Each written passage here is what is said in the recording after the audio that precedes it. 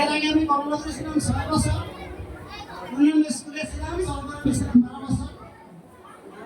তো আসলে আমার এই শেষ মুহূর্তে আপনারা মিটিং কমিটি সহ এবং আমার ছাত্রছাত্রীদের মায়েরা যেভাবে আমার অনুষ্ঠানে সাড়া দিয়েছেন, যেভাবে আমাকে সহযোগিতা করেছেন, সকলের কাছে আমি কৃতজ্ঞ।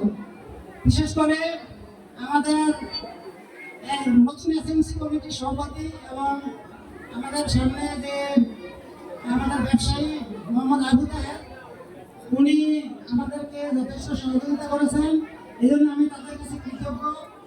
এবং আবার অন্যান্য মায়েরা যারা আজকে উপস্থিত হয়েছেন, সকলের কাছে আমি কৃতজ্ঞ। আপনারা না আসলে অনুষ্ঠানটা এত সুন্দর হতো না। তো মায়েদের প্রতি আমার অনুরোধ থাকবে, আমি চলে যাব, কিন্তু আপনাদের বাচ্চা কিন্তু স্কুলে আসবে। আপনারা সবসময় আপনাদের বাচ্চাদের খোঁজখবর নেবেন, বাচ্চারা বাড়িতে কি করে সবসময় খেয়াল রাখবেন, নিজেরা মোবাইলটা একটু কম চালাবেন, বাচ্চারা যাতে ক্লাস মোডে না দেখে সেই ব্যবস্থা করবেন। এখন বাচ্চাদের যা অবস্থা হয়েছে, বাচ্চারা কোনো বই ধরতেই চায় না। এই টাচ মোবাইলের কারণে আপনারা যেমন ক্ষতিগ্রস্ত হতেছেন, এই আমাদের বাচ্চারাও সেরকম ক্ষতিগ্রস্ত হতেছে। সারা বাংলাদেশের একই চিত্র। সুতরাং আপনারা একটু এই টাচ মোবাইল থেকে সাবধান থাকবেন, বাচ্চাদেরকে লেখাপড়ার মধ্যে মনোযোগী করবেন।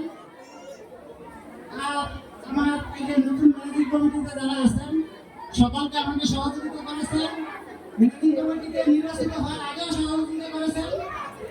এবং আমি যাওয়ার পরে এই স্কুলের দিকে আপনারা খেয়াল রাখবেন, যাতে স্কুলটি সুন্দরভাবে চলে। আমি চেষ্টা করেছি আসলে ভালোভাবে স্কুলটা চালানোর জন্য। আমি আপনার চেষ্টা করেছি, কতটুকু সফল হয়েছি তা আপনারাই বিচার করবেন।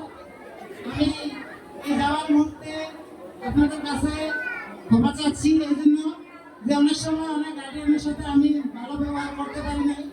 আমি হয়তো রাগ হয়ে গেছি, অনেক গার্ডিয়ানকে আমি হয়তো কটু কথা বলেছি। এটা আপনারা ক্ষমা সুন্দর দৃষ্টিতে দেখবেন। আসলে দায়িত্ব পালন করতে গেলে অনেক সময় মাথা অনেক সময় ঠিক থাকে, যার কারণে অনেক সময় আপনাদের সাথে হয়তো আমি খারাপ ব্যবহারও করেছি। আমার এই বিদায় মুহূর্তে আপনারা ওগুলো মনে রাখবেন না। আপনারা সবাই আমাকে ক্ষমা করে দিয়ে আমার বাকি জীবনের যাতে আমি সুষ্ঠুভাবে যাপন করতে পারি সেই দোয়া করবেন। এবং আল্লাহ যাতে আমি যাতে অতি সহজে হজ করে এসে আমি বাকি জীবনটা চালাইতে পারি, বাকি জীবনটা যাপন করতে পারি, সেই দোয়া করবেন। আমি সকলের কাছে দোয়া চেয়ে আমি আপনাদের জন্য, আপনাদের বাচ্চাদের জন্য দোয়া রেখে আমি আমার বক্তব্য শেষ করছি।